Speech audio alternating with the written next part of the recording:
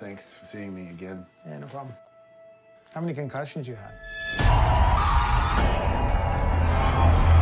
I think 24. How are you even walking?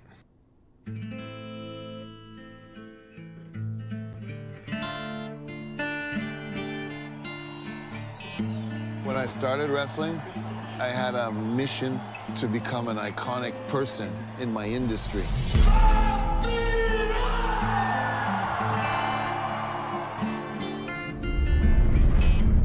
Wrestling's your life, I know, I get it. But you gotta stop. Where am I gonna go? Get you out now, maybe your daughter has a dad to walk her down the aisle. Yeah. Ah, my little one, this is how it's done. You play your part, and I'll play mine. He's never gonna stop being a wrestler, because that's who he is. But it's just a matter of time until he gets hurt badly, and that's something that I'm not ready for. Ah, my little one, it'll be just fine. Your bruise will fade, and your bones didn't break. I just don't know how to do anything else. Ah, my little one, This is exactly where I'm supposed to be. it'll be just fine. Your bruise will fade.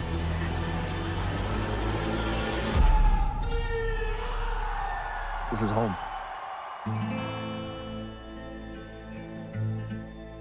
I think you should get braids back. They look so mint.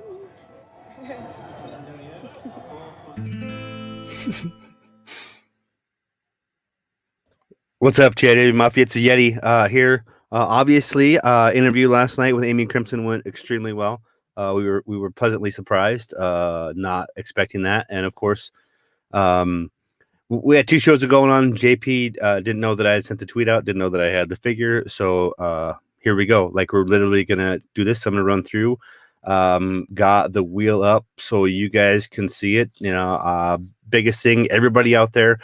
Lori Demore, Curtis Ebear, I am Ted Blanchard, Elvis Martinez, Big Bo, Joe Nathan, Michael McMillan, Boaz, Wrestling JJ, the Elite Wrestling Review, Kirk Spencer, aka Pork Carnitas, attaboy. Chick Foley Show, I love that show. Broadcast, love that show. Boot to the Face, pass. Just kidding. Great show. Devin, Tyson 1 fan, the Fig Freak, Ben's Bosmoff, myself, Byron, our XFL Extremes podcast, which you guys can see on Thursdays as well. Bobby D, Ricky Martinez, Jason Gomez, Shane Jerrison Cruz doing the favor, Martin Boyle, John Zide, Josh Berg, Crossbody Work podcast, Etienne Ahmed Ben Constable. Wow. Luke Tattooed, who, what? Just read. Mr. Joe Salenza, Chad Henry, the Meat Boys, Ringside Rant, Nick Haddix, DJ Robbins, Frickin' Rowild, and Jim Hayes. You guys right now are on the wheel. It's rocking, rolling, ready to go. I'm actually gonna bring that up for us right now. We're gonna just spin this wheel and get it done. Like, I'm ready to go. The names are up there. There's the names again. Everything that I just read, all the names are there, up on top. I don't even know what music we're spinning here. I'm gonna get this a little bigger so we can get out. All set, ready to go, full screen. Here's the spin, ladies and gentlemen. The spin that you asked for. The shuffle, the run, the go, the fun. It's all about the spin. It's all about the figures. It's all about the fun. Here we go. Who is going to win? Yeah, the Chick Foley Show, the broadcast.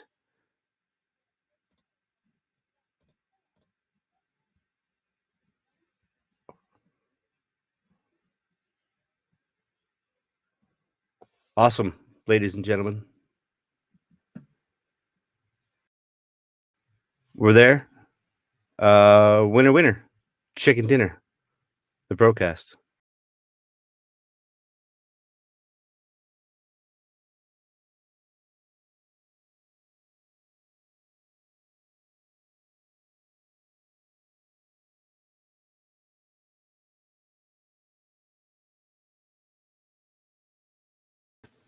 What's going on, TIW Mafia?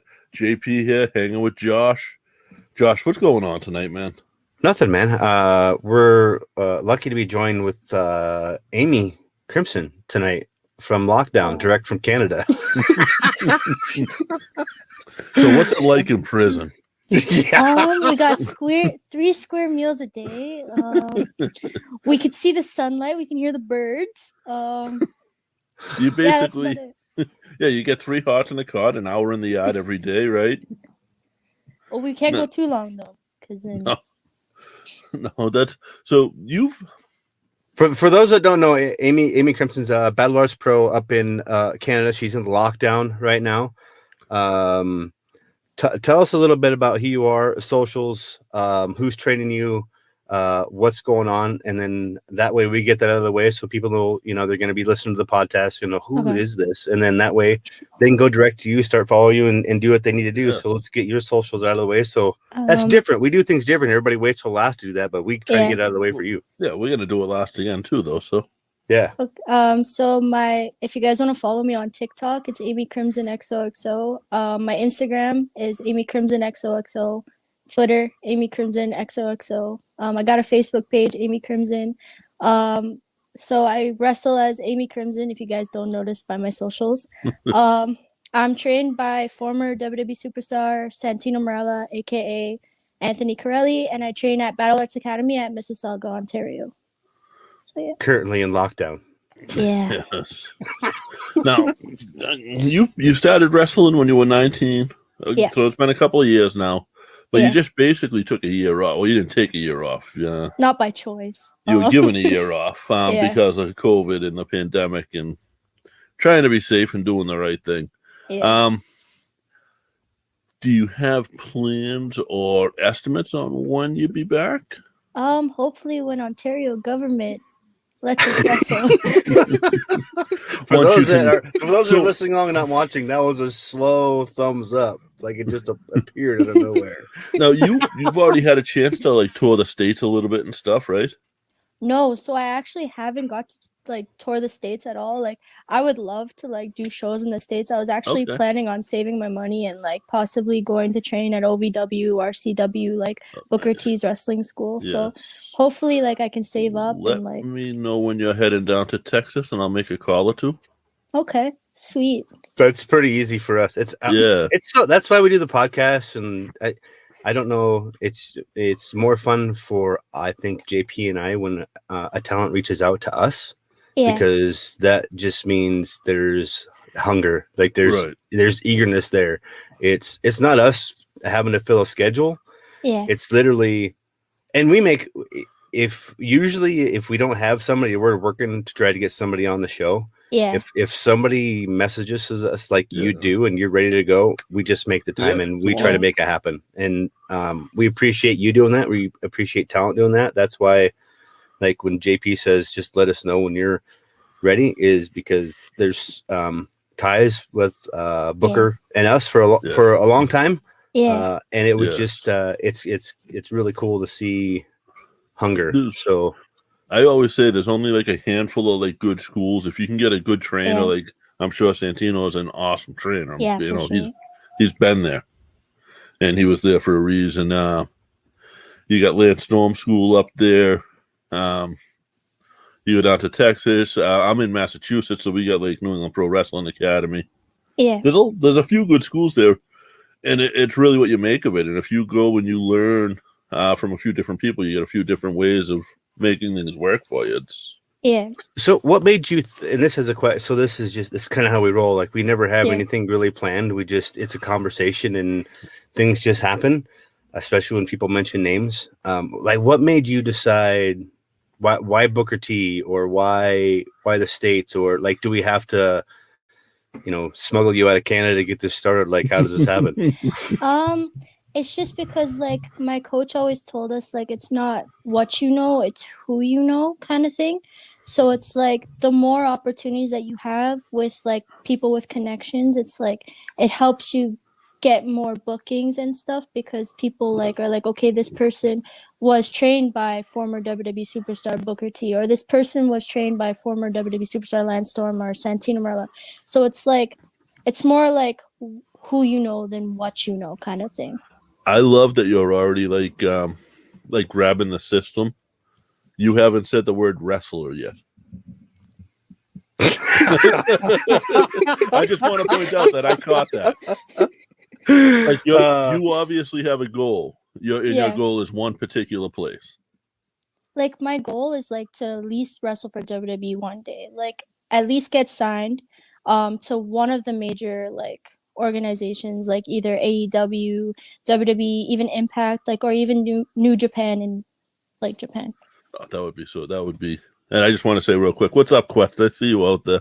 What got you JPS your age before? Because it's hard for us, and when we know, I know how to rank my socials by when we ask somebody where their socials are. So we're out of the loop. JP, really, I think Twitter was third. I think she gave her Twitter or TikTok, Instagram, Twitter, and then something about a Facebook maybe. So where's your what about MySpace? That was before her time. She's like, what's MySpace? Right. I wasn't even old enough to have one. So it's that's how, and a lot of people will question, like, how can you guys interview talent that nobody has necessarily or been out? It's because you're hungry. It's the same reason we took Ace. I saw the same reason Ace Austin, like, we're like, hey, let's get Ace Austin on the show 3 years ago. It's the same story. It's the same thing, is because he was hungry. He's like, I just got in, if there was an open chair, I got into it, and he's the next division. That's the next division champion right there. So I actually got to meet him. So he's a nice dude. He is one of the nicest gentlemen, Southern gentlemen, I think you'll probably ever meet in your life. Honestly. I mean, there's always a point in time. There was a point in time where, Anthony Green, August Gray, nobody heard of him at one point. He was a local kid. There's a time Brian Pillman wanted to be Brian Pillman II and not Brian Pillman Jr. There was a time when no one heard of Santino Marella. Yep. Yeah. So that's the thing. And I'm just super when we do excited. it before they were famous compilation, you'll be on it. Hopefully. That's the goal. So everybody's looking at May 21st as far as the Free Canada Day is what I'm kind of referring it to down here as Free Canada Day. Is it's my birthday too, so I would be super huge to see everybody that's a pro wrestler trying to get out and make some money. Like Lufisto's digging, you're digging, everybody up there that's stuck in Canada is digging. Vampiro just can go wherever hell he wants and do what he wants because he's Vampiro. So I don't know how that works. I guess the question is when this happens, how you get December, like mental health, where you're at, not being able to chase your dream. You basically have to put your dream on pause. What are you doing mentally to continue to be in that state of mind? Well, I try to do fitness as much as possible. I try to stay healthy and be strict on my diet and stuff as much as possible. So at least when I go back, I look the part. So I'm not working 10 times harder to get back. Another thing I've been trying to do is try to get my name more out there. So I could still do wrestling related stuff, but just not the wrestling part. Going on podcasts with you guys and other stuff. So I'm just trying to build my brand as much as possible so that when I do get back, I could get possible bookings and stuff like that. Yeah, no, the thing, I hate to make anything positive out of this, but the good thing is nobody that's wrestling now has ever been through a situation like this before. So there's no right or wrong thing to do because nobody knows yet. Yeah. And I think the people that are keeping their name out there, and especially I've heard other people say this, the ones who are taking the time and making the pandemic about them and the fitness, those little, when it's over, they're gonna shine. Yeah. Now, is the school open still? No, so it's been closed since I believe it's been closed since September, I believe. So they had a mini show, but I couldn't go back due to COVID reasons. But it's literally been shut down since I believe October, September, when they closed down gyms completely. And then we weren't even able to open when they opened up a little bit because we have martial arts. So they wouldn't even let us open at all. So they've been closed since That's crazy. Yeah, and that's the biggest thing, JP, is there's just The- locked down. Like they're yeah, Like locked down. no There's no- restaurants, nothing. there's about to be a whole bunch of Canadian backyard companies, I guess that's superstars of the yard. yeah. I was contemplating renting out a ring just to run the ropes. Like I just want Right. to run. Yeah, it's just to not do it, basically. To be active with it. I get It's- that makes sense. I almost feel like you guys are paused. It's just like everything. We've moved ahead. I really in Montana. It affected us, but it really didn't because we're so sparse and spread out. JP was affected more than more than I was. But how? Not to get into the politics, but like, how are you just ready to? Like, I will go anywhere. I will whatever I got to do to get out of here. Just tell me what I need to do. Basically, like I just want to save my money and just leave Canada before they like try to lock us down again. Right. I just want to leave. Like, I just want to go. The gates open at midnight. You're gonna be right there at the border waiting. Let me in. Right? I'm Canadian. If they do open on May 21st, do you have a plan? Have you got a plan already? Have you made a plan? Have you talked? I mean, you're obviously doing what you need to do. You're eating right, staying in shape. You're putting yourself out there. You're making yourself available. So if and when those borders do open, you just basically say, hey, I'm making a commitment. I'm going to start jumping in cars and see what happens. I mean, is that kind of where you're at? Well, like through this whole pandemic, I just been like texting my coach, like Anthony, and like just asking for like some advice, like how to like keep my name still there.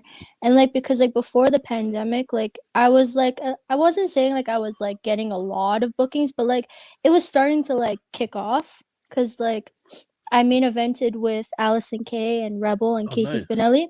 So like after that, like my career kind of like picked up, and then COVID happened. And it's like I was getting bookings, and I was supposed to go for the title with Lexi and Nicole at Crossbody in Kitchener in Canada. And like it was just like the momentum was there, and then like COVID happened. It's like, no. It's like, no, you're not gonna get momentum. Like it was just like kind of like hard. So, like, The good thing for me, and I'm just gonna say this is not to be an age thing, but you've definitely handled the adversity of the pandemic in a pretty mature fashion. Like you're reaching out to your resources and asking for that help. I think a lot of people that don't succeed in the business are the ones that aren't willing to reach out to the people that are their confidants when they say I'm available and ask for that advice. Because JP, tell me if I'm wrong. I was like, everybody we ever talked to was willing to ask for help and ask for the advice. And when they get the advice, they don't question it. They just do it. Yeah. Now, as a young wrestler, how important is that? Like you, outside of COVID, you're at shows. There's a veteran on the show. Are you going up to the veteran and asking them to watch and critique and taking the critique? Oh, for sure. So like basically, like I say hi to every single person. Yes. Like when you're in a part of a show, like Anthony told us, like you better say hi to every single person and bye to every single person. I don't care if it's like the cameraman. I don't care if it's the soundproof man. That you say hi to every single person, you say bye, because it's like your attitude and your character is the first thing they look at you, even if they're gonna book you. Yeah.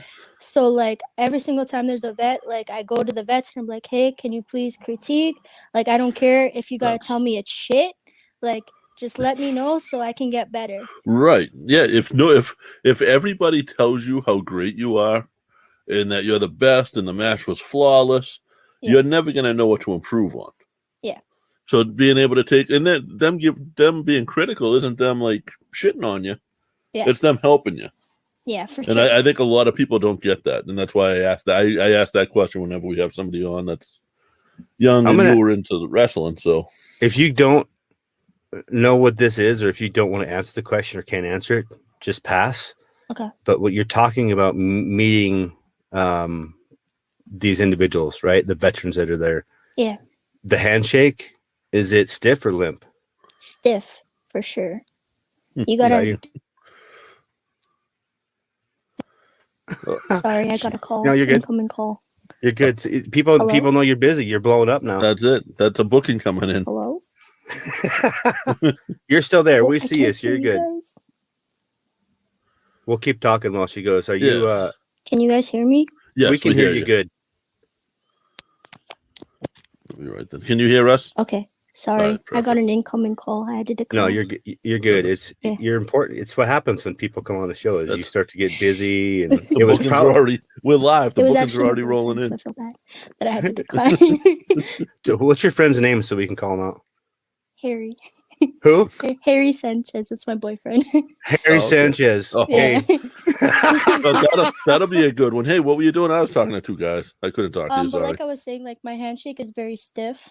Yes. Because like you need to show confidence. That's what one of my coaches said all the time. Like if you're meeting somebody, you show confidence. You don't show them that like you're afraid or you're intimidated Yes. because they're basically like you, kind of And thing. eye contact.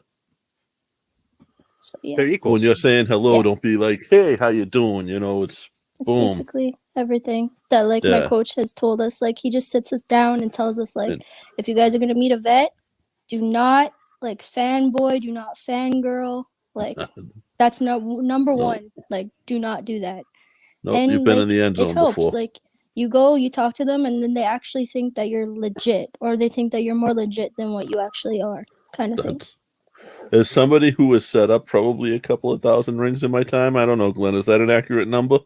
I thank Anthony for telling you guys to do that because there's so many people that skip over like the production crew and stuff saying hello.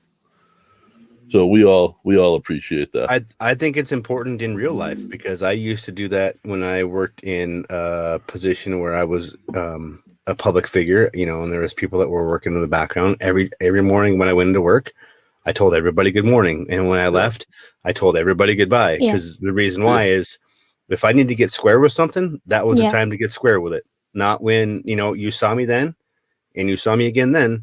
Mhm. So we should have had a conversation, or I'm glad we had that conversation. One of the two. So I think it's an attribute to you being willing to take that direction. Really, Yeah. I feel. And then two, like you're asking for more. You're hungry for it because you know this is the time you can take. This is a college course. You can take the time that you're not getting the ring stuff, and you can get all the psychological things in. And when you do that, and you take the chance, coming on a podcast is intimidating, right? Is it? It is, right? It depends. Like, I noticed that like when you're a wrestler, like you have to get your speaking skills on point. Cause like if you can't go and like talk to people, how are you expecting to be like the best? So it's like Right. the more podcasts you do and the more you talk to people, the better like speaking skills you get. So like I just feel like it's just repetitions that helps like in the future. Yeah, and somebody hands you a live mic in the ring and does, hey, you got to go waste 10 minutes in the ring for us. So, you know, somebody got hurt. I think. And The fun thing is I'm always impressed because like she's professional yes, at the absolutely. age that she is, and Anthony was professional kind of at 17 as a referee. Yeah, And he just, I continue to go back to the Rowdy Piper. by the way, today's his 9-year anniversary. Anniversary signing up to WWE. So I keep going back for the time that there's a video of him and Rowdy Piper where We're talking about August Gray from NXT. Piper just came in and told him to act one way. Yeah. And August was like, well, no, I'm not that. I'm supposed to be this. And he goes, oh, well, then just do this. And went the total opposite way and sold it the other total opposite way. So that is lost. And I'm more excited to see that there's a generation like you that are retaining most of it, if not all of it. Right, JP? Yes, absolutely. And Anthony will tell you that. Well, the thing is thing. that with like my coach and everything, we're taught ring psychology and like the knowledge behind it and like the respect aspect with it. So it's like just because you're like the best wrestler and the best speaker, like your attitude can ruin it for you. Absolutely. Absolutely. Like, there's multiple wrestlers that like basically like that work the hardest and they're in the greatest shape Like they can wrestle, they can go, but they can get like designed or like not even signed because their attitude is horrible with the Yes. people that they like treat in the back or like even like the producers and stuff. So it's like that's why when like I started, like the number one thing was okay, respect everybody so you can be respected as well. Now, who was it that inspired you to go and train? What was the like one moment? So I kind of have like a couple. Okay. So when I was 12, Anthony Corelli, like Santino Marella, he actually came to my elementary school, and at the time he didn't have the Battle Arts Academy like that was open because I believe it opened in 2014. This is 2012.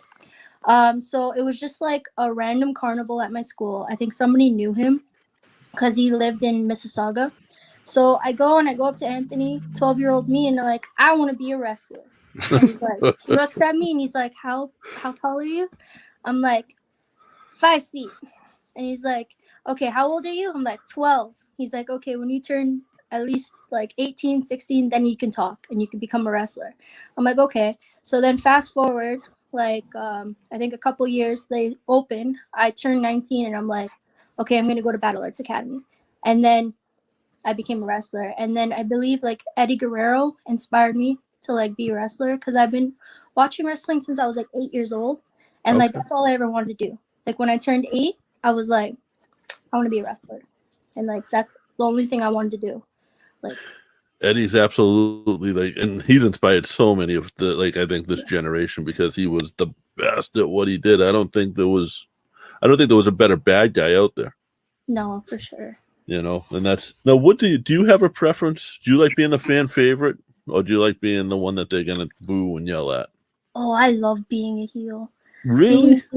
Yeah. See, I would think a babyface for you would be so easy. Well, being a babyface is easy because like I like everybody and like I'm likable and like I get along with everybody. But to be a heel and be something that I'm not is just so fun. Okay. So it's like I get to basically be something I'm not and like crank it up 10 times, like and just like jaw jack with the crowd is just so fun for me. So when this is always, it's fun for me to ask these questions because we get into the heel face and we get into the art part of it, which is always a lot of fun for me because the athletic part is cool, always will be, like it's the part of it, but the art part where you just said you get to be somebody you're really not. Yeah. What are you grabbing from? Like when you say you love to be the heel, what part in you are you grabbing from when you're doing that? Oh, just the jaw jacking, like just being snippy and like just be like, if someone's like, you suck, and I'm like, well, you suck too. Like, come in the ring and I'll beat your ass, kind of thing. Like, the best response to that is not as good as your mother.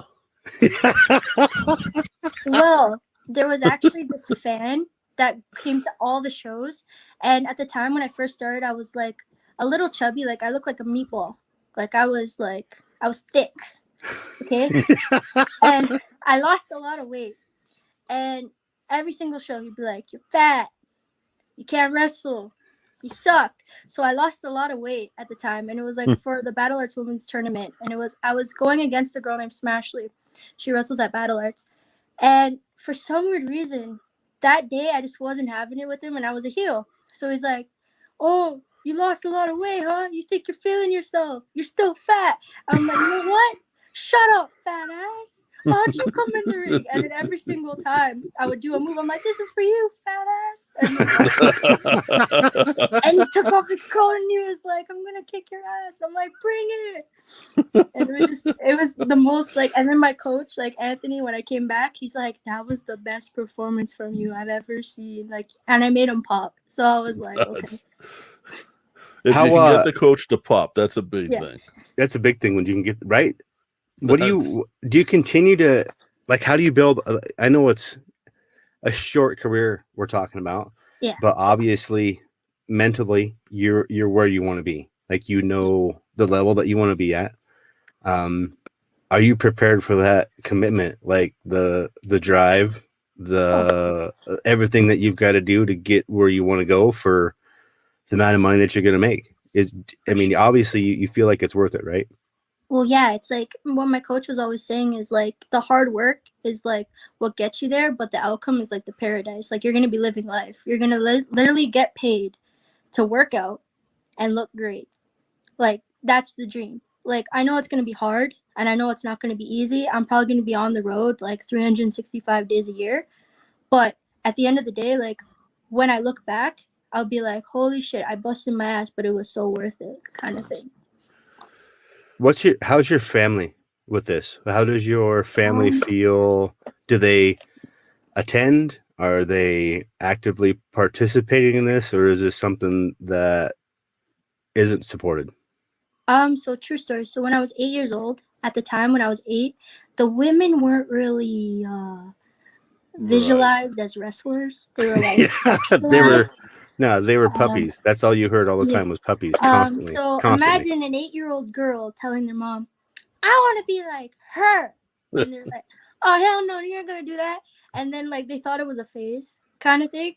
So after the phase kind of thing, I like high school came and I was like, I want to be a wrestler. And my parents are like, okay, I know it's your dream, but you need to at least have a backup plan, like a proper job. And then like I graduate high school and they're like, okay, what are you going to do? And I'm like, I'm going to do wrestling. And they looked at me. They're like, are you fucking kidding me?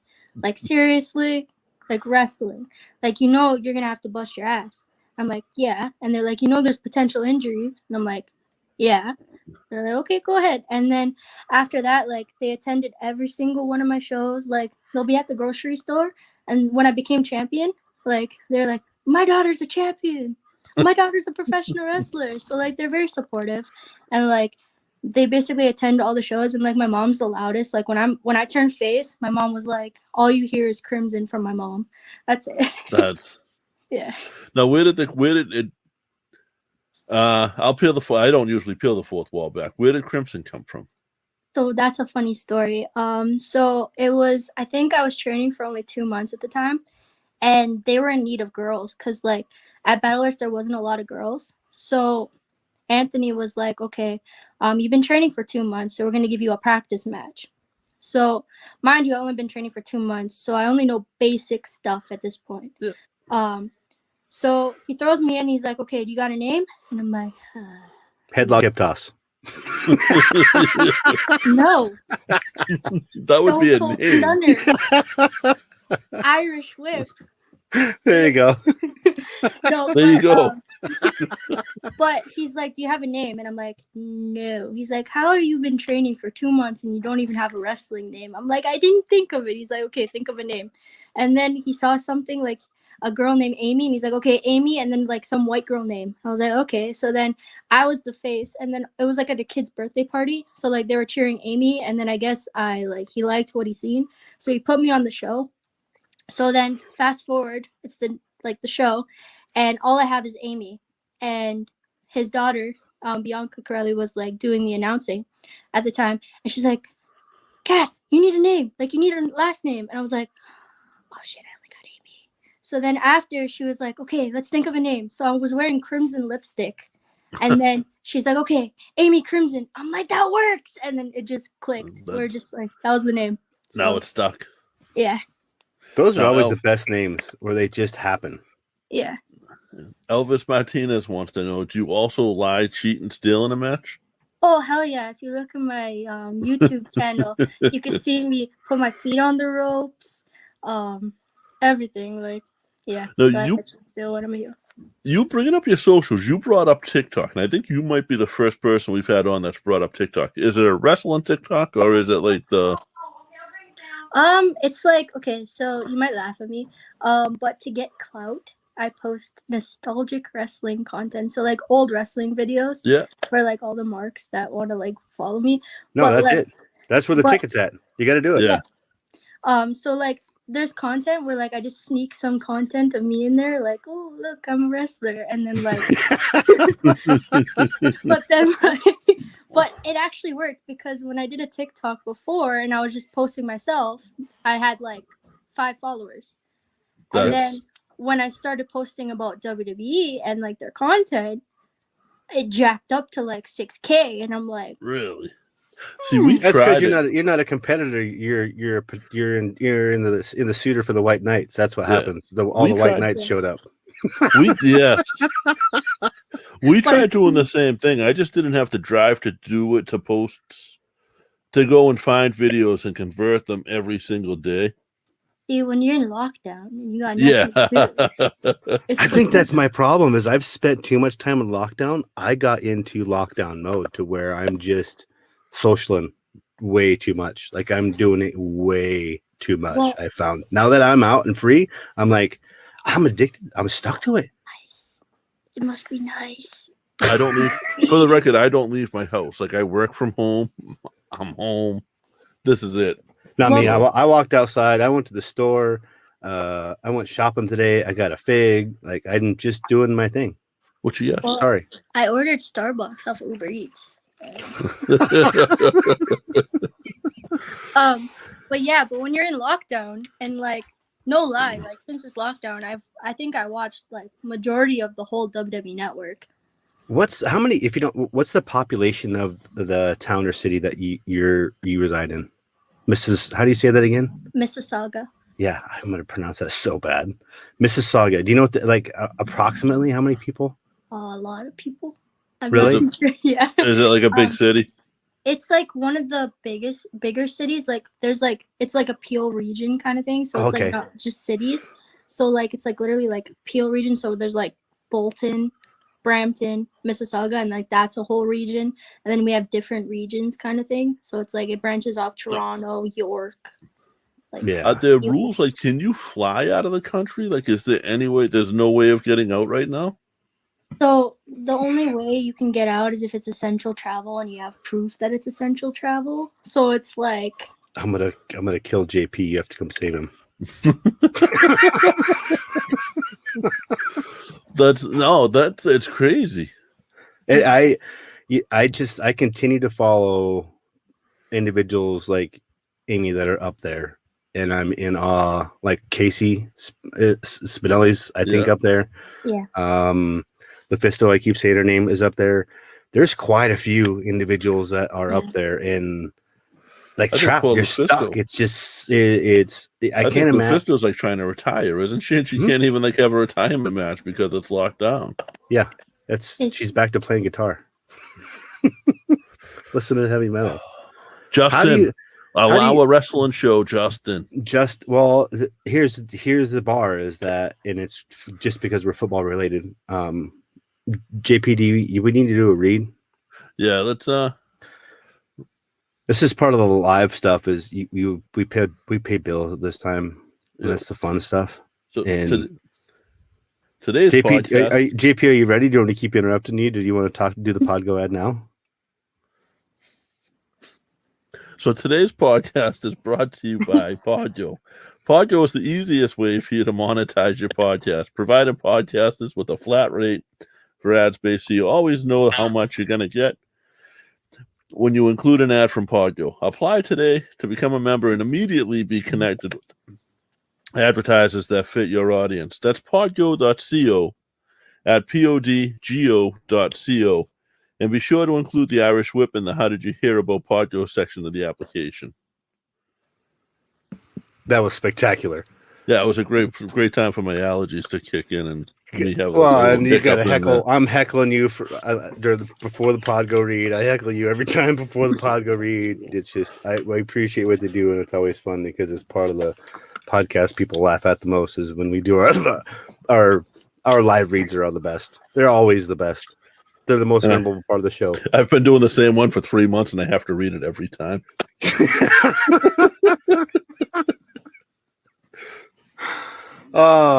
Anyway, back to Amy, and the most important things is I think that's generational thing. Like you keep bringing up TikTok. It's where it's the socials. It's how you're measured. It's how you're measured is which okay, if you want this, what's your social? What's your followers? Yeah. But the thing with TikTok is like people are monetizing all the social medias now in a lot of ways, but TikTok's kind of made it easier if you have the right amount of followers. Yep.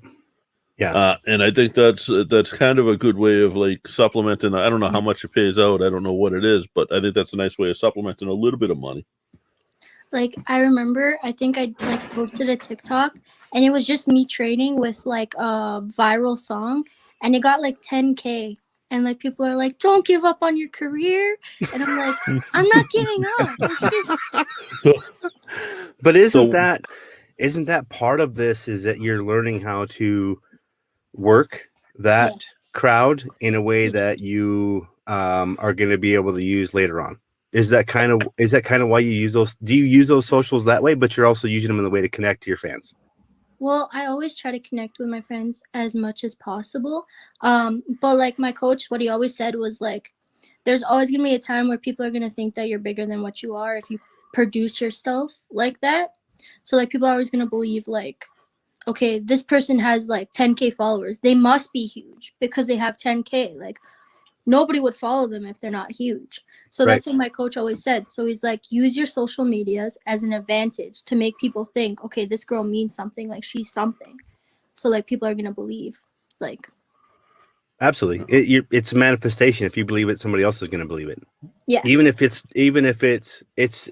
is what you make it, and I think that's the most powerful statement anybody could ever make as far as professional wrestling is or sports entertainment is you make it what it is. If you're willing to invest everything you have into your dream, at some point in time it will probably pay you that back plus some. But if you take shortcuts, if you try to find ways around it, if you try to find the easy way out, just like everything else in life, it's not going to be fruitful. It's not going to be rewarding, and at the end it's not going to come to fruition. So kudos to you and Anthony and everybody that's doing what they're doing, because they're obviously, I mean, they're I'm trying not to be fatherly, JP. This is the hardest thing. They're obviously guiding you in the right way to be a professional and to be professional at all times, no matter what you're doing. So it's cool and refreshing for us. And you know how JP was talking about, it's natural for you to get behind the mic now. It's probably easier to do public speaking. It's it's like how much investigation or did we find out about Amy Crimson before we did this? Honestly, probably none. I did a little bit here and there, but I knew what kind of we know what kind of interview it's going to be within the first 5 or 10 minutes. Like that's literally how we know is okay. We know she's being trained by some really cool people, but it's always the questions and how they're answered, the way they're answered. And it's the confidence. It's the confidence behind it. And I'm excited to see when the borders open up, when all this starts to go down, how your hungriness translates into that. So is that like when your mom and dad said you need to go get a proper job? Like, is this where you learned work ethic, or how much you learned not to have that type of work ethic? And I only want to do pro wrestling because I don't want to do anything else but that. Well, the thing is that like right when I turned 15, like my parents were like, okay, you need to get a job. Like you need to like pay for it like yourself. So like everything I did, like I always paid for myself. So like the work ethic is there. Like because they taught me at a young age that like nothing comes for free. So it's like when you're in wrestling, it like goes the same way when you're working for a job. The more work you put into it, the more success you get.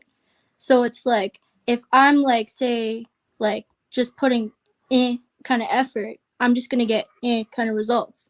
But if I'm putting in the work, busting my ass in the ring, trying to get better, asking for advice, and like taking the time to like get the ring psychology and stuff, like then my work is gonna like pay off, because then people are gonna be like, okay, this chick works hard, she knows what she's doing, she has the confidence, because what you put in your work is what you show, kind of thing. Now, the Ghost Heads Talk podcast is in the chat, is in the comments saying hello to you, and come to NYWC, which I think is the New York Wrestling Connection, which is actually a promotion that's been around for a long time. Is that where Dickinson originated? He might have come out of there because it is New York based. I'm sure he's wrestled there. Is that another one of those things? Like, do you have independent promotions in the States that you have on your checklist right now before the big ones? Like, do you have? I mean, you can feel free to name them out, because I'm absolutely like. Are there ones you have on your list right now? Like, I want to go here, I want to go here, I want to go here, and I want to try and get here. Course. So I want to try and like wrestle for OVW, like at least once. RCW, again, Reality of Wrestling. The Florida Championship Wrestling, the Pro Wrestling 2.0. Like I want to try and reach there. Like honestly, I just want to try and reach as many promotions as possible to get my name known. Like even if I have to go to Mexico and like wrestle in like lucha, like underground or like AA Pro or like basically like AAA, like those are my goals. Like as long as I'm getting like money and getting paid to wrestle, like that's the goal. Like it doesn't matter what booking it is, but repetitions and that's all I need. I'm excited, JP, because she keeps saying names to where we just can just like, hey, would you mind? Or when the borders open up, you know, if you got time, do you know what I mean? I'm sure like Santino does he still have connections down with like OVW? I think so. Because he spent a decent amount of time down there. Well, the funny thing is that like I just tagged OVW in a post like on Instagram, and then they followed me, and I was like, okay. Yeah, Max is down there. Max has been one that we've been following for a while. She doesn't do anything. She's one of those mysterious. She's taken the mysterious route. So I respect her for that. Yeah. OVW asses, aren't we? Yeah, right. OVW is it's been around forever, so that's a cool thing when you can obtain the eyes on from a company like that. That's cool. That's really cool. It's interesting that she's going to southern, like down Texas, Florida instead of the Northeast route. She said it earlier. It's not what you know all the time; it's who you know, and like those companies all have those connections. Yes. FCW was NXT before NXT was NXT.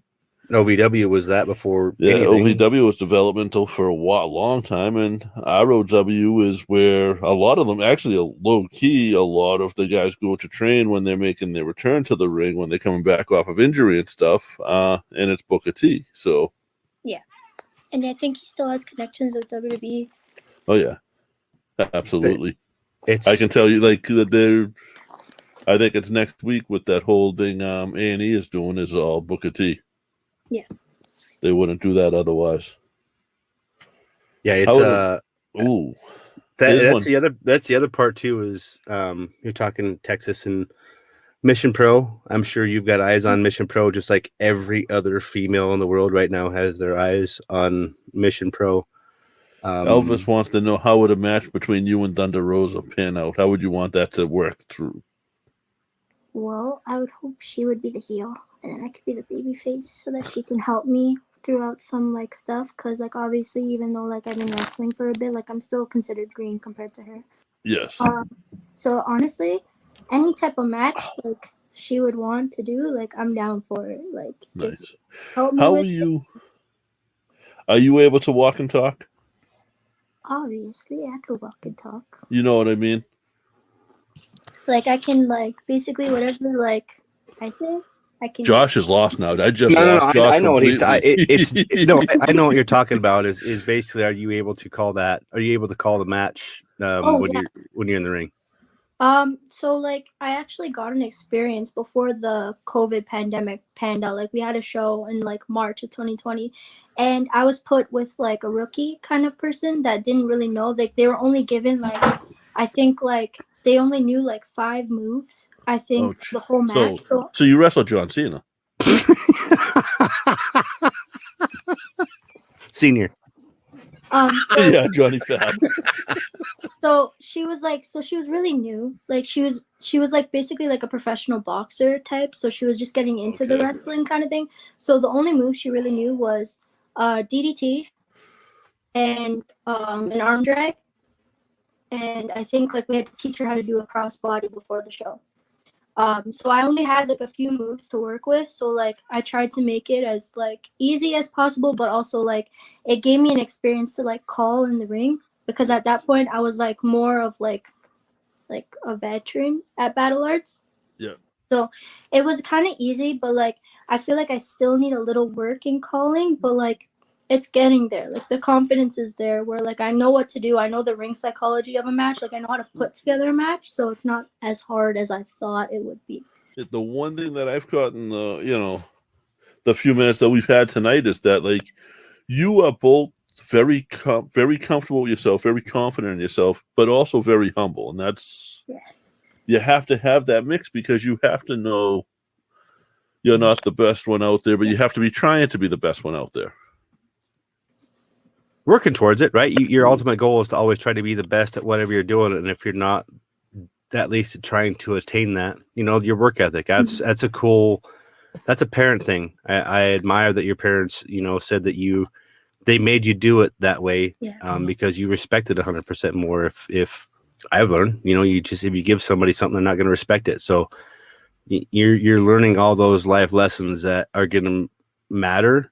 And I guess JP, like after COVID, like post COVID, pro wrestling is going to change, and I don't foresee a lot of like on the road type stuff really happening. So the fact that you're understanding and are conceptualizing the same with the coaches, like the socials matter. The socials matter so much. Podcasts matter so much. Yes. Understanding psychology, or even just taking a free psychology class through Coursera or something like that, invaluable to anybody that wants to do that. So I'm just happy that you took the chance to reach out and that we got the chance to sit down with you, because I'm JP. Honestly, you'll see, we're gonna like chart your whole career out with you now. Like you're stuck with us. Like we're friends for life now.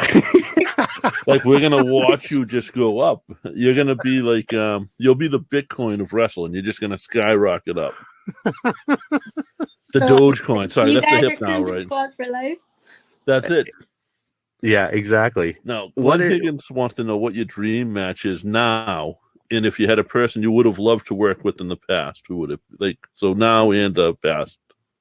Okay, so for now, like my dream match would be to train with Asuka, because like she actually trained with Toy, which was my like trainer for like a little bit. So like I only got to train with him for a month, and then he went back to Japan. But like just the same kind of style, because like we learned the same kind of thing, would be awesome. And like she's like one of my inspirations right now, like to learn, because like I love Japanese strong style. And then a person that I would love to wrestle in the past is Lita, by far. Yes. Because like her character and everything was like, okay, like that's amazing. And like she went from like a baby face to like, and she doesn't get the credit she deserves for being one of the first women to come over that really wrestled and was really good at wrestling. There were other girls who learned how to wrestle, but she came into WWE knowing how to wrestle. You guys might think I'm like weird for this, but the thing that got me interested in Lita when I was like looking back was that storyline with Snitsky when he kicked the baby. Nope. You fit right in. Oh, yeah, I remember that like that was yesterday. That was amazing. How did that? So that obviously imprinted, right? I don't know. It's just, it kind of traumatized me as a kid, but then also like, it kind of like was like, oh shit, like this is kind of cool. You're like, did he kick it? Did he kick it? No, he didn't kick a baby. I'm like, was that a real baby or is that like? And so now I guess that's the question, is how, that's what you aspire to, right? Is you try to get that reaction for somebody like us that's been a fan forever to question, was that her, or did that really happen? Yeah. That's what you're looking for? Do your coaches talk to you? Is that harder and harder for that to happen? I know it's young in your career and I hate to ask these questions, but does that make sense when I say that to you? Well, yeah, like I would like hope that whatever I'm doing like gets a reaction. Like even if like you're cheering me because I did something cool, or you're booing me because you think I'm a jerk, like I would just hope that like I get some type of reaction. So like it would suck if like I do something like I jaw jack with the crowd and then no one responds. Like, because that has happened with people. Like sometimes like you'd be in a match and you'd be like, is that okay? Crickets. And you're like, oh shit, did I say something wrong? But like luckily that never happened to me, but like I know that it's happened to some people. You have to know, like the word mark is mark for a reason. Like there's a mark in the crowd, it's a spot in the crowd, it's a person in the crowd that is reacting to things. And that's where that comes from. It's a county term. So you got to find your mark, and you got to find that mark quick to know where to go to for that stuff. Well, when I first started like doing wrestling and like promo classes and everything, like I got like a book and it was like basically comebacks for dummies. And I read the shit out of it. So like I was like, okay, so if anybody makes fun of me, I can just come up with a comeback. So if I'm heel, I'm golden. If I'm a baby face, like You just Do you if feel you're like- a baby, but if you're a baby face, I feel like you just gotta smile and like hee at them, you know. I just do that. What's Yeah. your like? How would you, in elevator speak? So in like 1 or 2 sentences, how would you describe your persona? So I'm basically from the streets of Malton. So Anthony basically made like a joke saying that Malton, Mississauga is like more of like the gangster ghetto type of Mississauga kind of thing. So it's kind of like, oh, you're gangster. So like I'm basically like the type of like take no shit, but like basically I'll kick your ass if you piss me off kind of character, which is Straight totally out of- different than my actual personality. Straight out of Mississauga, huh? Do you find that that's something that you dislike in people generally? Is that type of attitude or that type of person that you portray when you're in the ring? Well, I mean, nobody's gonna mess with somebody who's gonna try and kick your butt. So, like, I feel like, cause like I've always been that shy, in the corner, don't kind of talk to me kind of kid, cause like I was always insecure. So when Anthony told me, okay, you're gonna be like this gangster chick that's ghetto and ratchet, I'm like, me? You're talking about me, like the most quietest person. Because when I started at Battle Arts, I was in the corner, not talking to nobody, trying to keep my own like, okay, I'm just here to learn. I don't want to get into anybody's like thing. And then he's like, okay, so you're gonna be like out of this world character. I'm like, okay.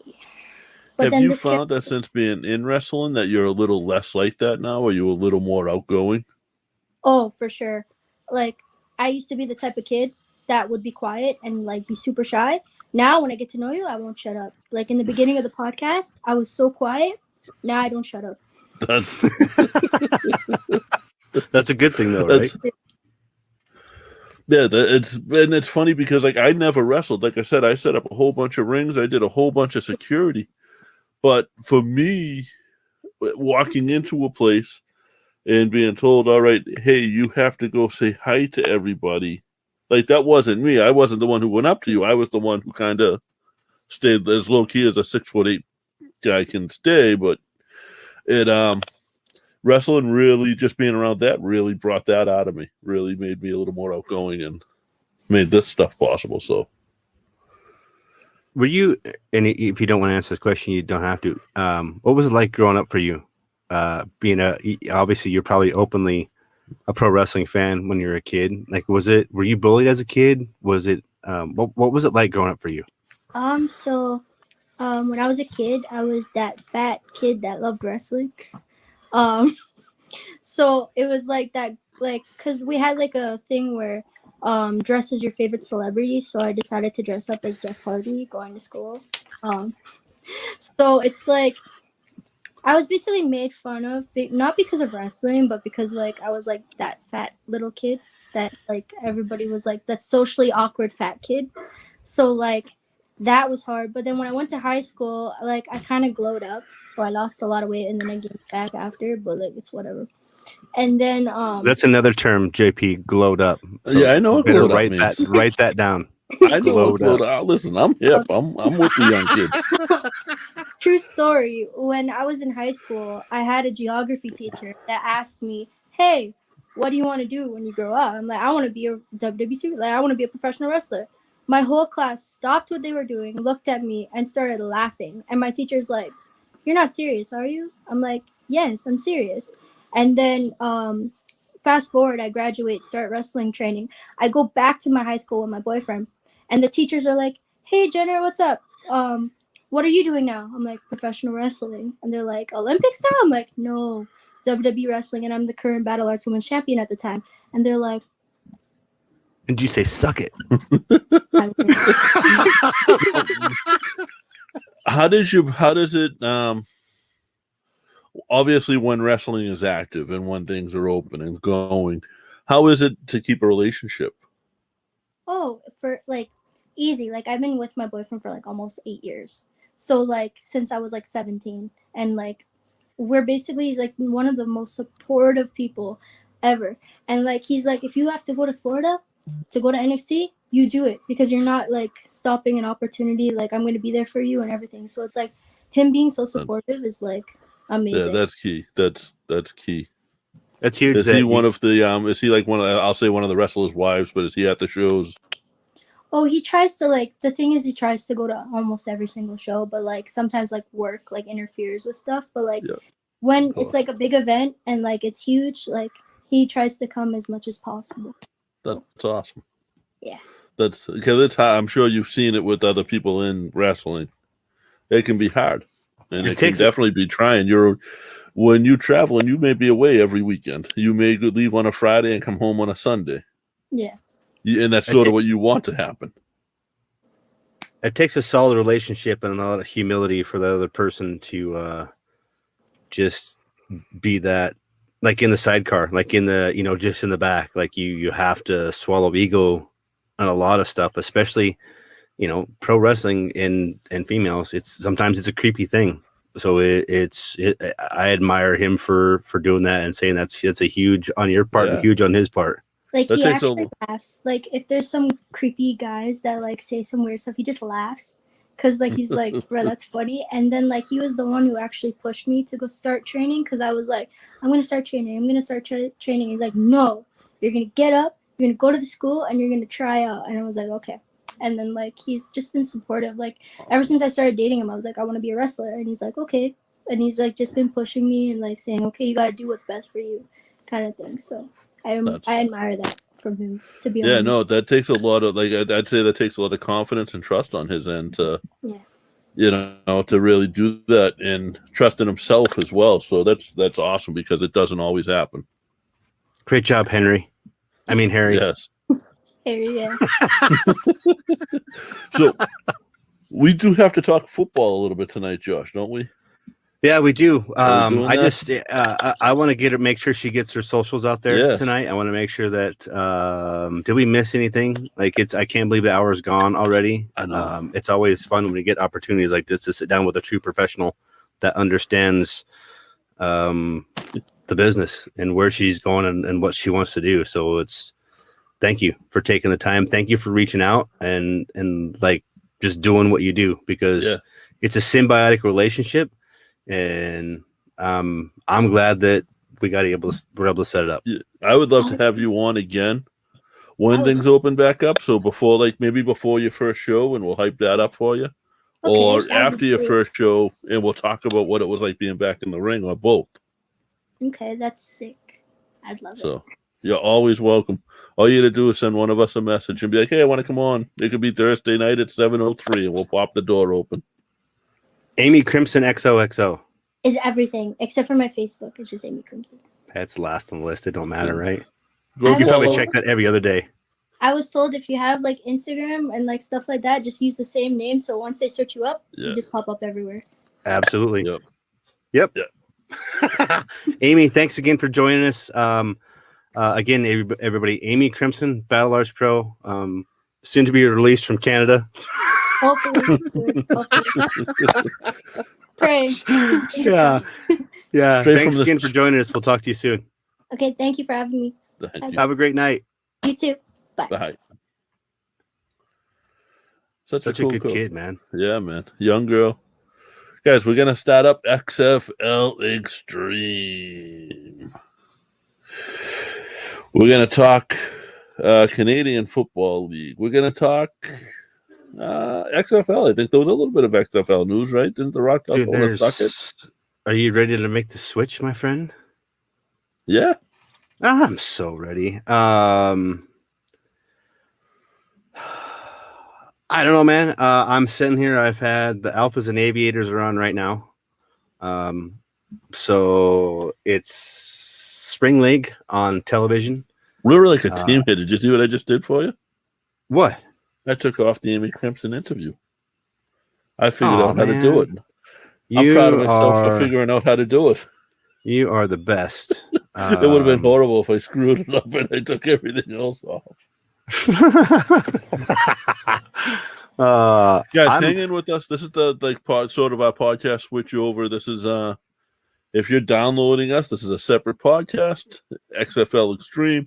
If you're listening live, it's just going to be one continuous deal. So it's the fun part. It's what we do. This is where the wheel gets spun tonight. Ooh. We basically separate this out, and we get an opportunity because we teamed up with XFL Newsroom, CFL Newsroom, every football league newsroom that could possibly really exist right now. Yeah, full press coverage is going to be airing it. W Wrestling News Source will be airing it. It's we kind of walked into a whole whirlwind, but we were actually posted on CFL's website this week. What's that? We were actually posted this week on CFL's website. Yeah, we were with on the Les Maruo interview. Winnipeg Blue Bombers interview with Les Maruo. It was actually it was on there. It was featured on there. Well, we got sued before our first episode, and then our first episode got put on the league's website, basically on the.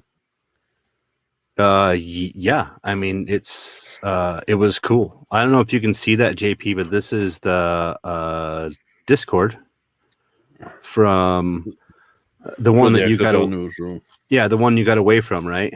So I had to. Yeah, it was. Yeah, it's busy, man. I'm telling you guys, like this is.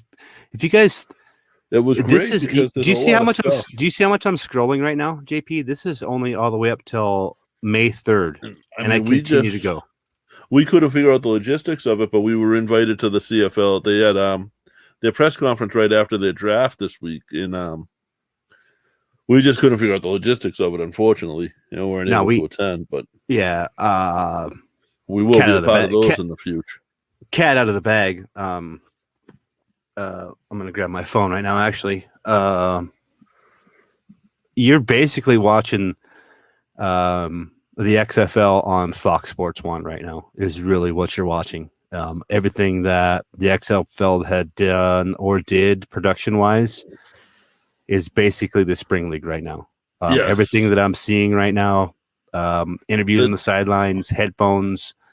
I haven't had a chance because the hardest part of the CFL to get used to for me is going to be the 250-yard lines and the extra deep end zone. Yeah, well, people. Let me ask you. So when we're talking about the merger, CFL XFL, I don't think it's not. I mean, it's not going to happen until next year.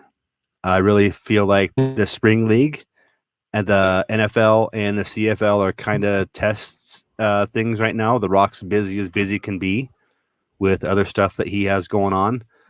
And happy birthday, Rock. Yeah, happy birthday, Rock. I don't know. I'm just super excited. There's other football on besides the NFL because it drives me nuts. It really does.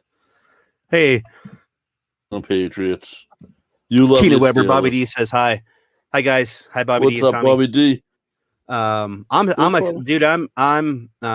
where's Bobby D? He's I think he's at is there hockey tonight? Hockey game tonight? Oh, there probably is. If there's a Bruins game, that's where he's at.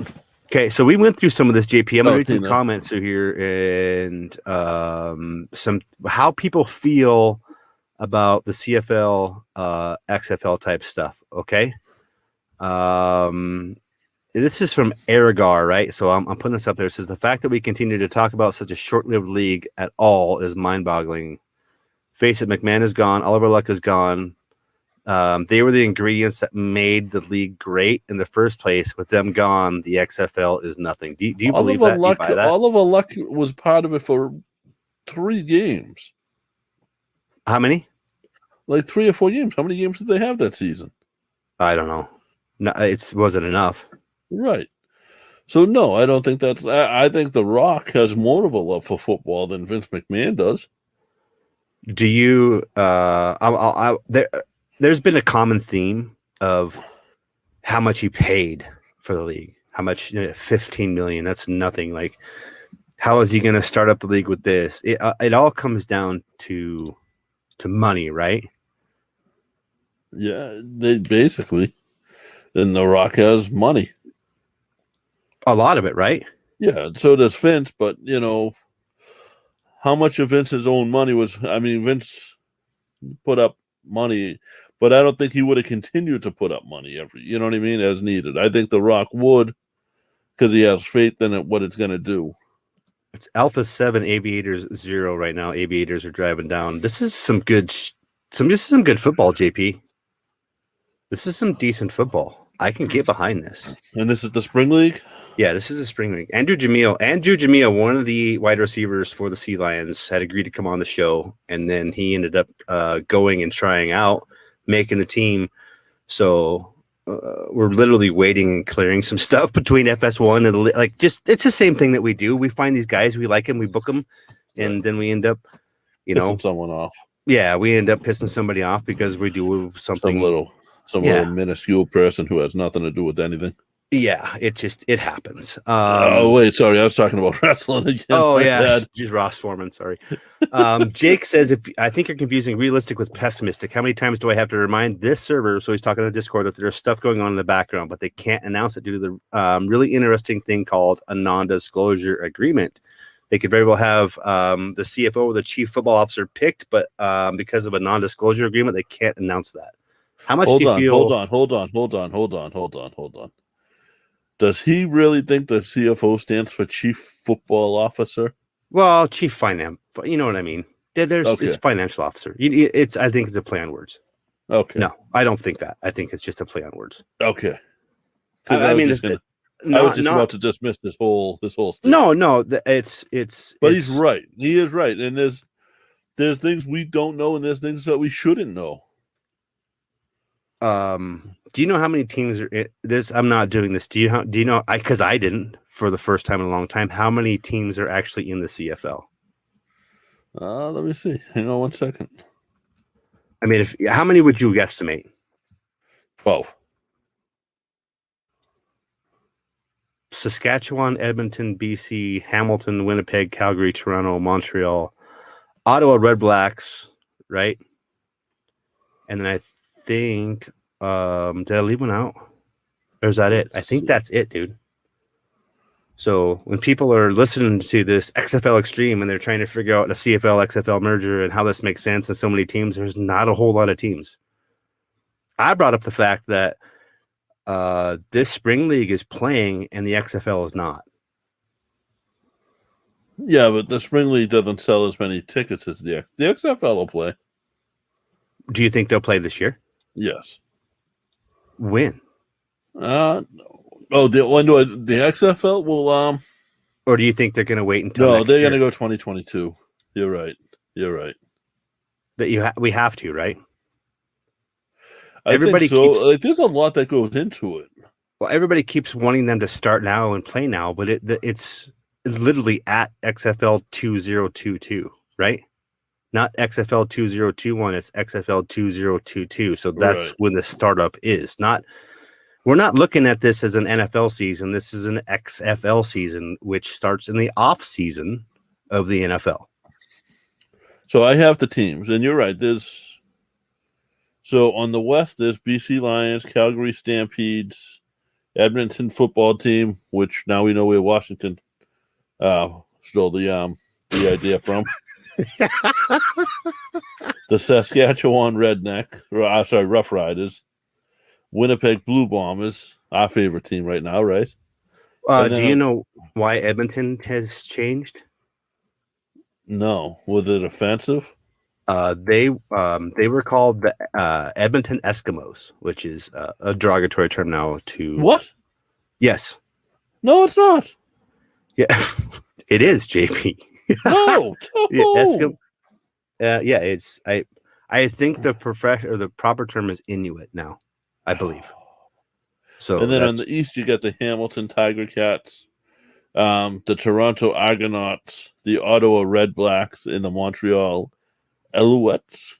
So not only do you have the extra field goals on the goal line, not behind the goal line, right? And then you have an extra 5 yards in the end zone. So, we talked about this as far as an XFL and CFL merger, even if it does happen, Like the AFL NFL merger took 4 years. Yeah, You don't think it takes that long, do you? No. If it's going to happen, it's going to happen. But didn't The Rock just come out and say it's not happening? With what? The merger? No, I think they're talking. He hasn't come out and said that it's not happening. Out all and say, no, the merger's off. See, I thought he had. We wouldn't be. But I'm excited for the XFL. The reason I'm excited for the XFL again is it gives guys a chance that wouldn't have necessarily have matured as quickly as other players did or do. Plus the program, man, the NFL has a lot to do with where you go. When you're at the top, when you're getting like 5 or 6 of the top 30 draft picks coming from Alabama, I mean it's a program. It's college football is a feeder program to the NFL, right? You know who was great up in Canada football and the CFL? Who? Doug Flutie. Yeah, so was Dave Dickinson, quarterback. Hail Mary. Yeah, that's all. That's all you can. Do you remember what team he played for? I don't. Was it Toronto Argonauts? I know he went up there and he has like every record. How about Raghib Ishmael? Do you remember where he went to when he got drafted? Do you remember that CFL stuff? Do you remember? No. Do you not? You don't remember Raghib Ishmael and him getting? Wasn't that CFL? There we go. So last night, can I plug another podcast? Yes, please do. So last night I was listening to 80 Proof, and they were talking a little bit of football, right? Yes. And 80 Proof is J Bomb from Talking Mania. Is this the Deion Saunders conversation? And Chris Rucker from the Chris Rucker show and from Boot to the Face. And yeah, J Bomb was like, "What about that Deion Saunders?" It's his accent. That's all. No. He straight up added a U into the name.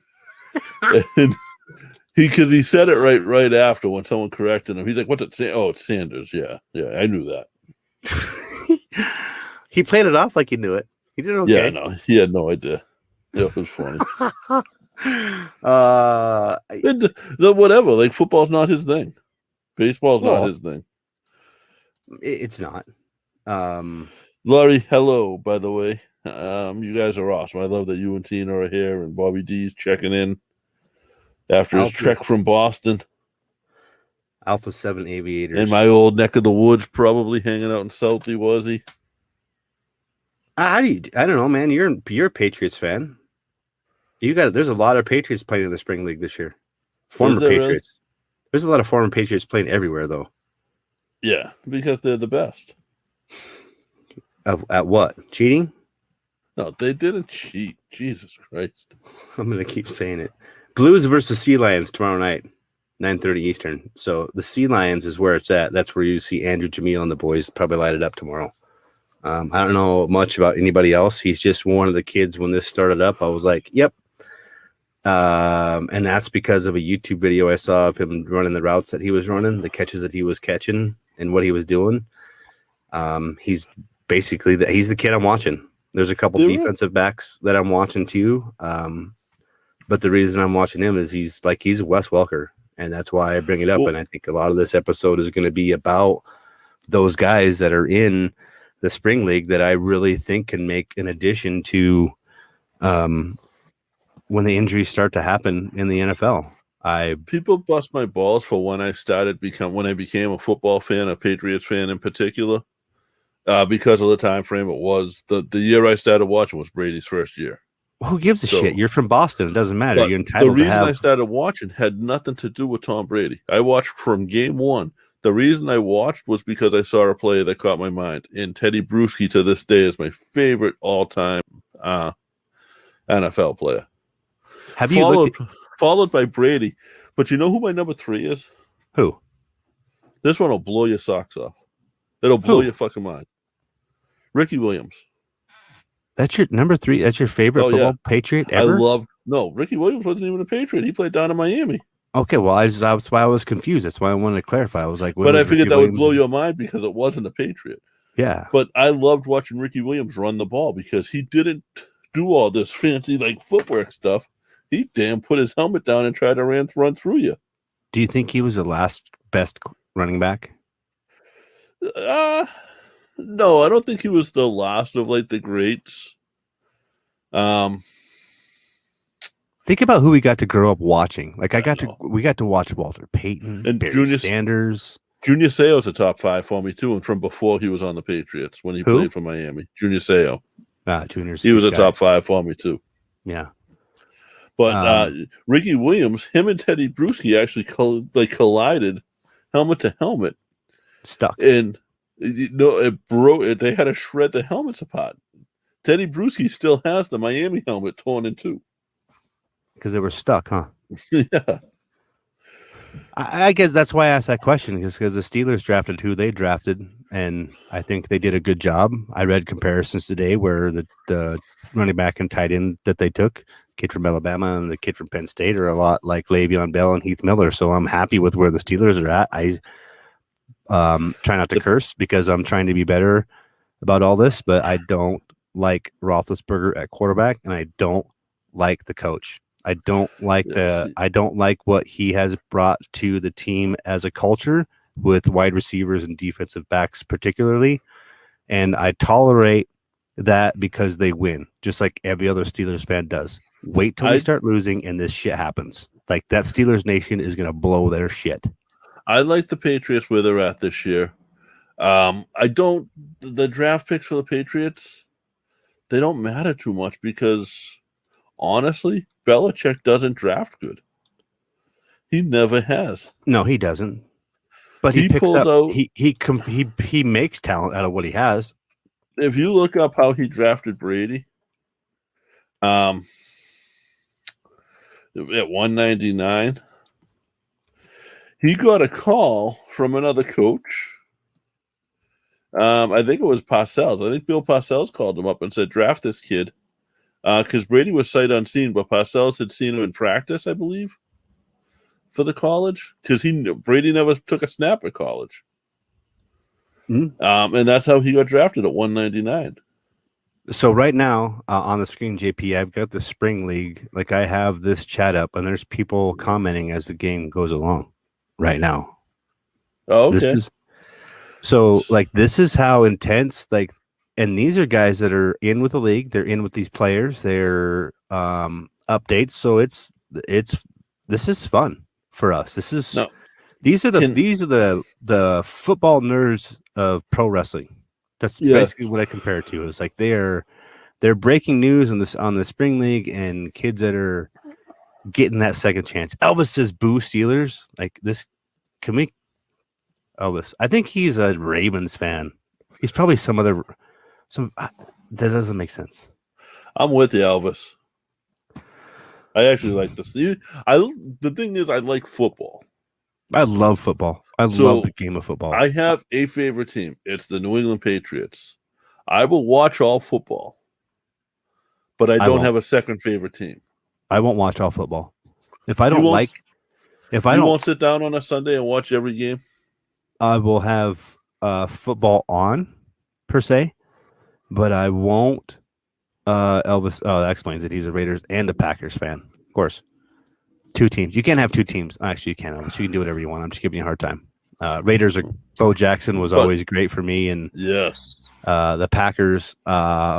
Being able to watch Brett Favre do what he did with those 3 back-to-back MVPs. That was pretty cool. So I don't know, man. I was a Steelers fan for a long time as a kid. I went through some shitty years, some Mark Malones, some Maddoxes, some struggle with Cordell Stewart. That Super Bowl with Dallas was horrible. So the reason I'm pissed, man, and I'm going to say this over and over again, is that playoff game last year when the snap goes, It's over Roethlisberger's head. He runs back and he just looks at the ball. He So doesn't one try of- to cover it. He doesn't try to do it. And I'm not saying that lost the game. I'm just saying that sets the tone for your entire team if they're looking to you as a leader. So I'm bitter. One of my It's friend's sons ridiculous, just got dude. a 4-year scholarship to Oklahoma State to play defensive end. Really? Yeah, a full ride. There were Chuba just went in the draft to a Canadian team, but I think he's also wearing the Panthers blue and black. So there's some Canadian. Did you know, JP, that CFL 100% Canadian?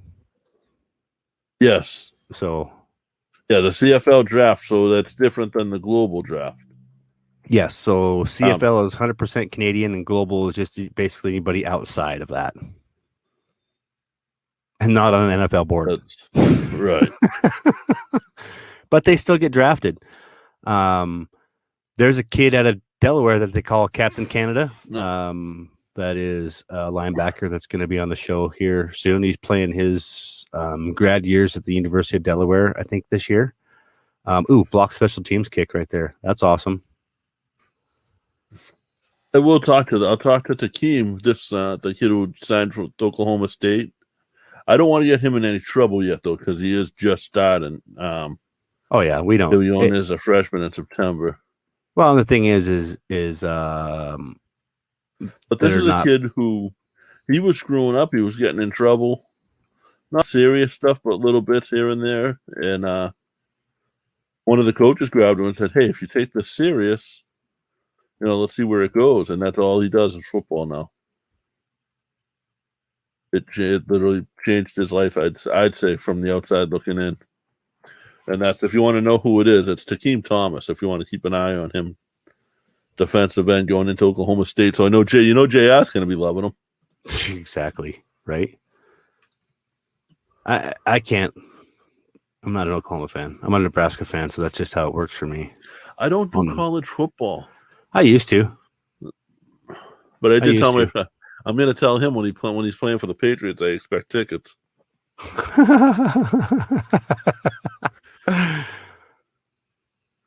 Because you got to figure, if you're going to a school like that is a football school, and you're going for football on a ride, you're going to play somewhere after school.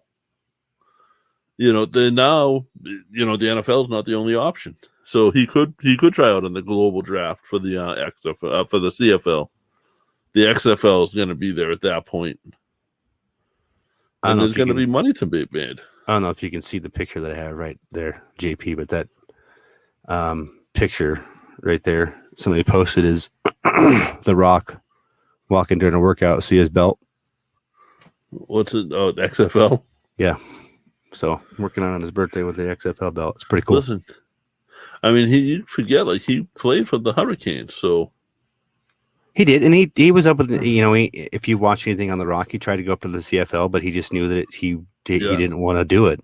That's tough, man. That's a tough league. You're not making a lot of money. You're really doing this because you love football. You're passionate about it. You're not getting paid a whole lot of money. Really, you're not. It's nowhere near NFL money. It's not even close. So yeah, it's a dedication, and you can't have a league start up right now. I really think that we're going to have the barometer is going to be set by the spring league that's right now in 2 locations. Of course, running without fans, but they're running, right? And seeing with sponsors and growth what they're going to make financially, right? You've got Fox Sports behind it, which is, you got FS1 behind it, which is really, you're getting production value of WWE, maybe not as many cameras and as much pre and post, but the cameras, everything else is the exact same. It's all there. Did we spin the wheel last time, JP, for the fig? Is there a fig or a t-shirt? Well, we didn't. When you did our last podcast, I don't think we spun. I think we did. No, we spun for a shirt. No, well, I'm talking more like the pro wrestling podcast. I don't think we spun. Yeah, we did not. I didn't know there was a I didn't see a post for that. It's all good. We'll spin it later. We'll make a good one next week. Yeah. You got the wheel up for the T-shirt, right? Yes. That's a cool T-shirt, huh? I want that T-shirt. The snake charmer.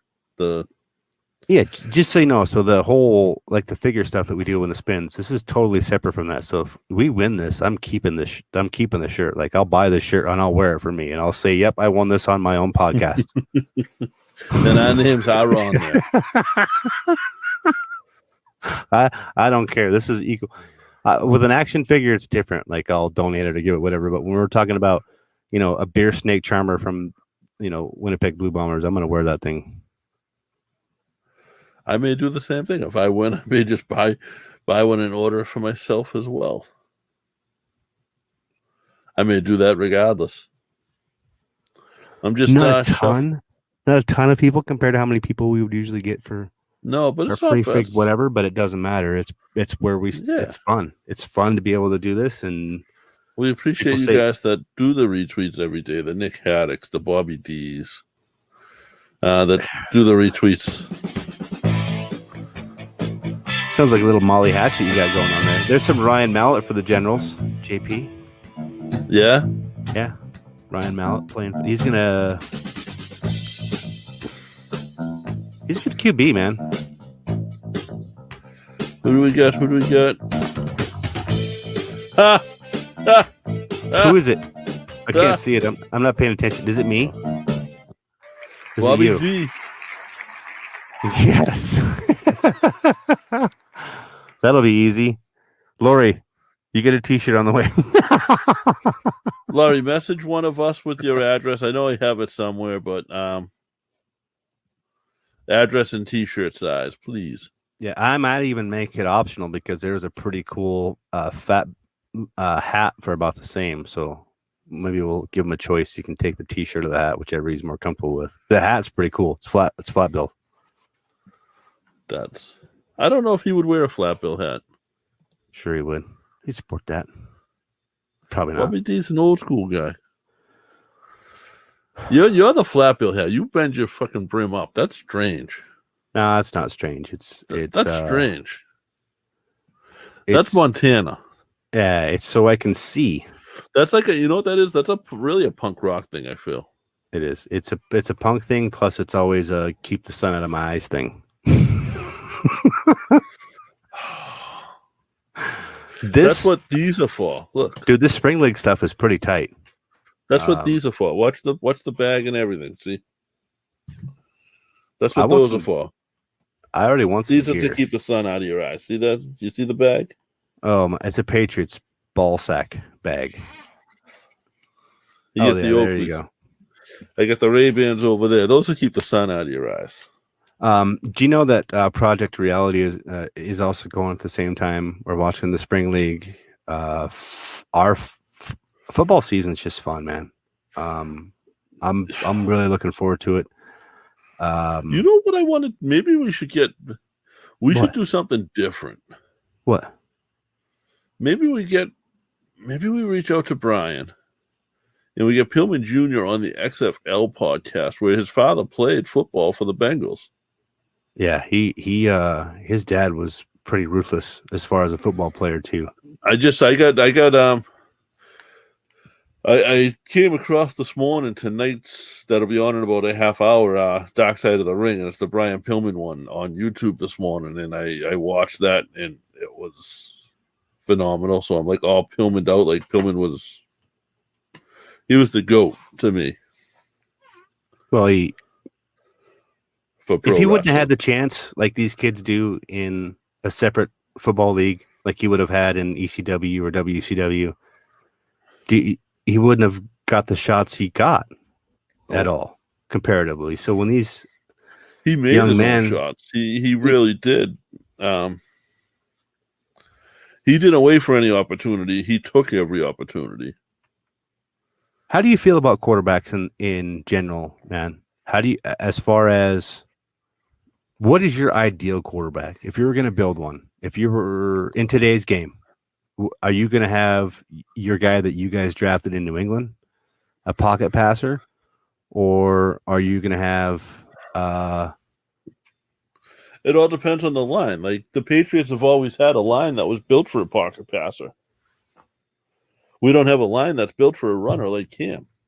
So I'm glad you answered that, and that's, I guess, why I always struggle with these teams that continually have these high draft picks that take an athletic quarterback with an unathletic offensive line that have an inability or know how to protect a quarterback like that. But Bill Belichick has already said that Cam Newton is the starting quarterback this year.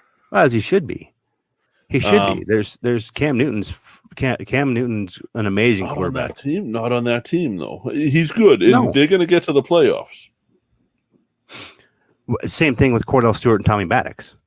You had two different quarterbacks and one offensive line. If you think about it, though, Brady was really a pocket quarterback. Oh yeah, I know. You know, he was just he had a great arm, and he could stitch that knee. He could thread the needle. Arm strength made up for any deficiency that Tom Brady had. As I don't know how to. If Bledsoe doesn't go down, Brady doesn't get the shot. I think, absolutely, and I think I can admit like Brady's the best.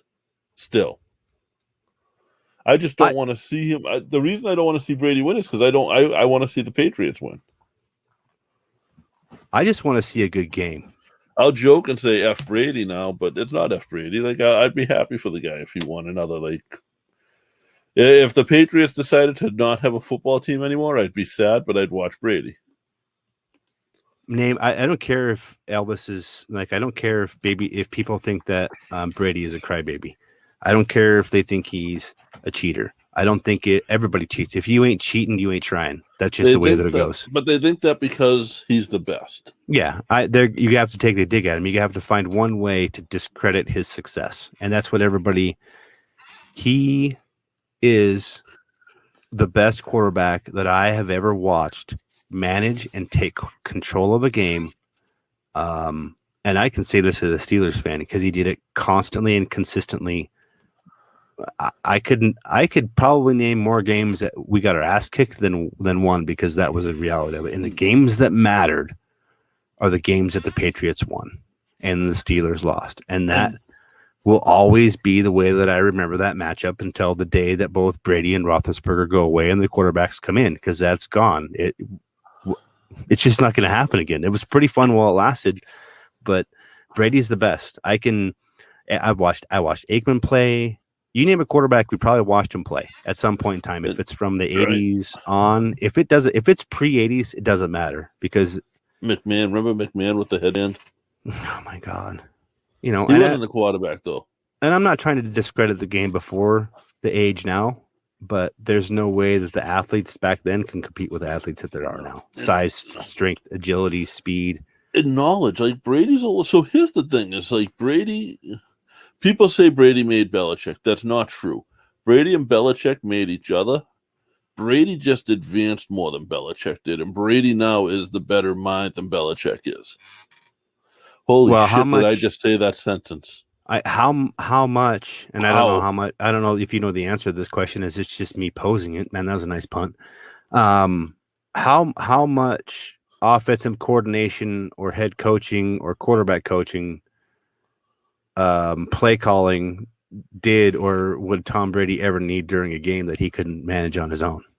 So in the beginning, Brady will tell you he didn't do any his first couple of years. His first 2 or 3 years, he only called 1 or 2 plays. And then they started letting him call plays. So that's why I say they really needed. If you're the coach of a football team and you bring Tom Brady in, what do you got to do? Watch. Sit back. Like Brady never thought he was going to play. Brady showed up for his first day of practice. And you know what he did? He brought pizza. His first day of practice with the Patriots, he bought pizza for the whole team. Games are cool. James Larson in Discord says the Aviators offensive line sucks ass. It's cool that they're that active through this, though. Oh man, this Discord, if you're a football fan, and you want to be able to talk about not only NFL football, but you see the Spring League, the XFL, CFL, Euro League is on here. It's fun, man. I try to keep the notifications limited on here, and I don't participate so much in the conversations other than to ask questions that I want to have opinions to, like XFL and the Spring League. Like, what if the Spring League really takes off? Would it become so successful that it was what the XFL could have been? Does the XFL then become a partner to that?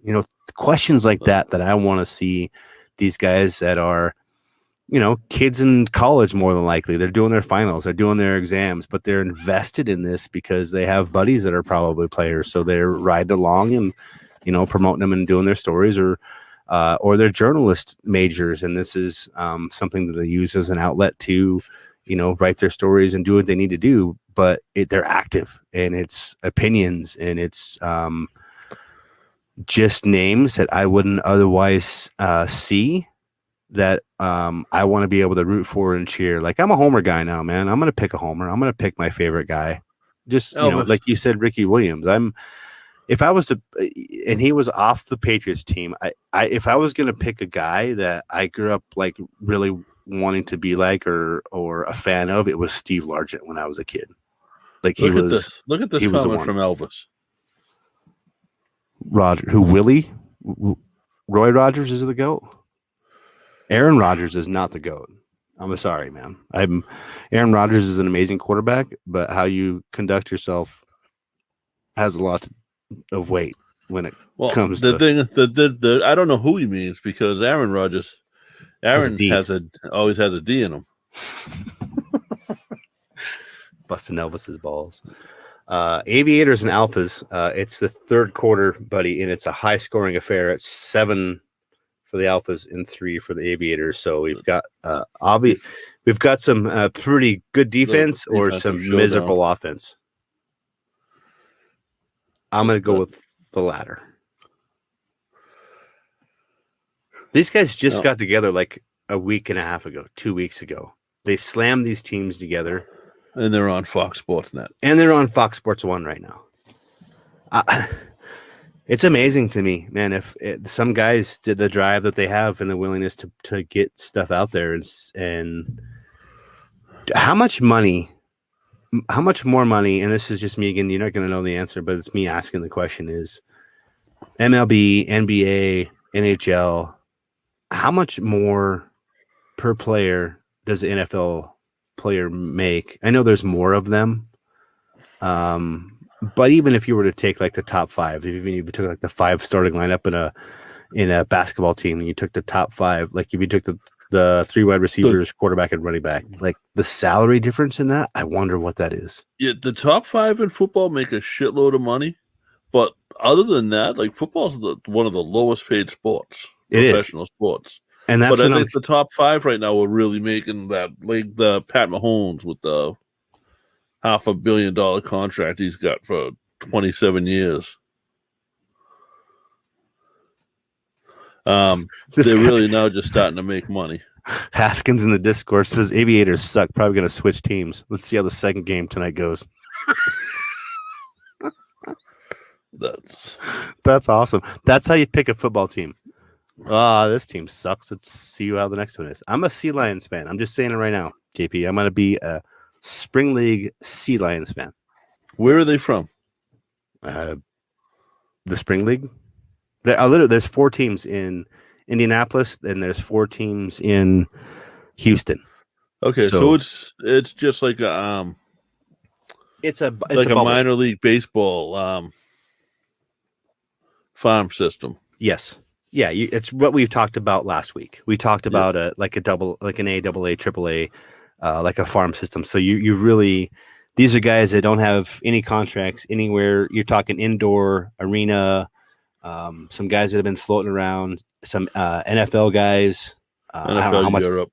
Yeah, NFL Europe. Joking, that hasn't been a thing in forever. It's on. It is on. NFL Europe. There is teams. They are active. Really? I know. JP, it's a whole new world. It is COVID has opened up a whole new world. There is a global American football system in place. right? Josh, I don't know. I don't know. You can't get behind it. Well, I can't either. But the cool thing is that people are going to American football games in Europe. Okay. Yeah, well, I know because the Patriots used to do it. My buddy Paul, rest in peace, like he used to, him and his in-laws, who they all had money. Like Paul had money, his in-laws had money. They used to go over to Europe for the Patriots game. When the Patriots would play over there. I know a guy that ran the PR for the Frankfurt Galaxy that lives here in Billings right now. And he says that football team at its height when NFL Europe was going was bigger than most of the soccer at that time. Was that right? Yeah. He said it was nuts. He said we were starting to get the hooligans that would be at the soccer games. Okay. As part of the fans for the Galaxy. He said that was a difference maker for us, is when we got the guys that were willing to come there and chant and party and have a good time. That was a difference maker. So I think it could happen. I think it could be successful. I just think it has, like everything in life, it has to be marketed and done correctly. And when you have the Spring League on Fox Sports 1 on a Thursday night when nothing else is on TV and you're a football fan, this is what you're doing. I'm going to do something for next week. Yeah?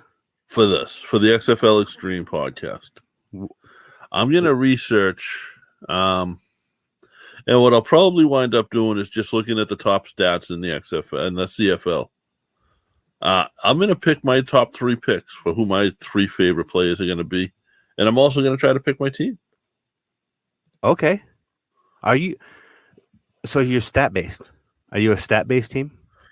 I'm going to be, because I'm going sight unseen. What I'll do is when we get done tonight on the XFL Extreme here, I'm going to put out 2 separate tweets. I'll put out the divisions with the 4 teams and their rosters. So you'll have, I actually have them on my phone right now. I have all 8 of them. I'm not a stat-based guy. Like, I'm an energy guy. Like, I want to watch and see the energy of the team, but not being able to do that, I'm going to base it off of stats for now, and I'm going to see how that changes when I see them. You know what I mean? I'm a Sea Lions. I'm going to say this for the rest of however long this season is. 2 weeks, 4 weeks, 6 weeks. I'm an Andrew Jamil Sea Lions fan. That's it. Okay. That's it. I'm a Sea Lions fan. Their receiving core is pretty good. You'll feel the energy. You'll see the energy. Just look. I'll send you some links so you can look at him. I'm kind of like you. It's energy. Like, I want to see a kid like that succeed because he runs the routes that most other people are lazy on. Now, I don't have much else for tonight. Do you? No, man. I'm good to go. I'm watching somebody go off. I'm gonna go finish watching these games. It's just fun to be able to have the server up here and talk football, man. Yeah, it's just fun. I appreciate it, and that's what's fun with this is.